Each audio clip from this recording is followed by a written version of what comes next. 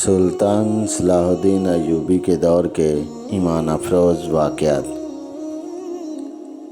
2 روز بعد جمعہ تھا۔ قاہرہ کی جامع مسجد کے خطیب کو عیسیٰ الحقاری فقیہ نے کہہ دیا تھا کہ خطبے میں خلیفہ کا نام نہ لیا جائے۔ خطیب امیر العالم نے خطبے میں خلیفہ کا نام نہ لیا۔ جامع مسجد میں صلاح الدین ایوبی درمیانی صفوں میں موجود تھا۔ علی بن سفیان اس سے تھوڑی دور کسی صف میں بیٹھا تھا۔ سلطان ایوبی کے متعدد دیگر مشیر اور معتمد بکھر کر عوام میں بیٹھے تھے تاکہ ان کا رد عمل بھانپ سکیں۔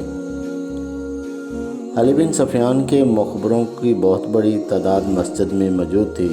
خلیفہ کا نام خطبے میں سے غائب کرنا ایک سنگین اقدام نہیں بلکہ خلافت کے احکام کے مطابق سنگین جرم تھا۔ اس کا ارتکاب کر دیا گیا۔ سربراہوں میں سے اگر کوئی مسجد میں نہیں تھا تو وہ خلیفہ الاعظم تھا۔ نماز کے بعد سلطان ایوبی اٹھا، خطیب کے پاس گیا، ان سے مصافحہ کیا، ان کے چوگے کا بوسہ لیا اور کہا، اللہ آپ کا حامی و ناصر ہو۔ خطیب امیر العالم نے جواب دیا، یہ حکم صادر فرما کر آپ نے جنت میں گھر بنا لیا۔ واپس چند قدم چل کر سلطان ایوبی رک گیا اور خطیب کے قریب جا کر کہا، اگر آپ کو خلیفہ کا بلاوا آ جائے تو اس کے پاس جانے کی بجائے میرے پاس آ جانا، میں آپ کے ساتھ چلوں گا۔ اگر امیر مصر گستاخی نہ سمجھے، امیر العالم نے کہا، تو عرض کروں کہ باطل اور شرک کے خلاف عمل اور حق گوئی اگر جرم ہے تو اس کی سزا میں اکیلا بھگتوں گا۔ میں آپ کا سہارا نہیں ڈھونڈوں گا۔ خلیفہ نے بلایا تو اکیلا جاؤں گا۔ میں نے خلیفہ کے نام کو آپ کے حکم سے نہیں، خدا کے حکم سے حذف کیا ہے۔ میں آپ کو مبارکباد پیش کرتا ہوں۔ سلطان ایوبی نے اسی وقت سلطان نور الدین زنگی کے نام پیغام لکھا جس میں اسے اطلاع دی کہ اس نے جمعہ کے خطبے سے خلیفہ کا نام نکلوا دیا ہے۔ عوام کی طرف سے اچھے رد عمل کا اظہار ہوا ہے، لہذا آپ بھی مرکزی خلافت کو خطبے سے خارج کر دیں۔ لب لباب کا طویل پیغام لکھ کر اس نے حکم دیا کہ قاصد کو علی الصبح روانہ کر دیا جائے جو یہ پیغام نور الدین زنگی کو دے کر واپس آ جائے۔ اس کے بعد اس نے علی بن سفیان سے کہا کہ خلیفہ کے محل میں جاسوسوں کو چوکنا کر دیا جائے۔ وہاں ذرا سی بھی مشکوک حرکت ہو تو فوراً اطلاع دیں۔ رجب کو سلطان ایوبی جانتا تھا۔ اسے یہ بھی معلوم تھا کہ رجب خلیفہ کا منہ چڑھا نائب سالار ہے۔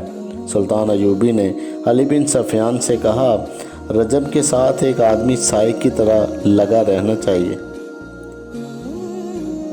اس رات خلیفہ کی محفل عیش و طرب میں رجب نہیں تھا۔ وہ سلطان ایوبی کے قتل کا انتظام کرنے چلا گیا تھا۔ اسے حسن بن صبا کے حشیشین سے ملنا تھا۔ خلیفہ روزمرہ کی طرح باہر کی دنیا سے بے خبر اور ارارہ کے طلسماتی حسن اور ناز و ادا میں گم تھا۔ اسے کسی نے بتایا ہی نہیں تھا کہ خطبے میں سے اس کا نام حذف ہو چکا ہے۔ وہ خوش تھا کہ صلاح الدین ایوبی کے قتل کا انتظام ہونے والا ہے۔ ارارہ نے اسے جلدی سلانے اور بے ہوش کرنے کے لیے زیادہ شراب پلا دی اور شراب میں خواب آور سفوف بھی ملا دیا۔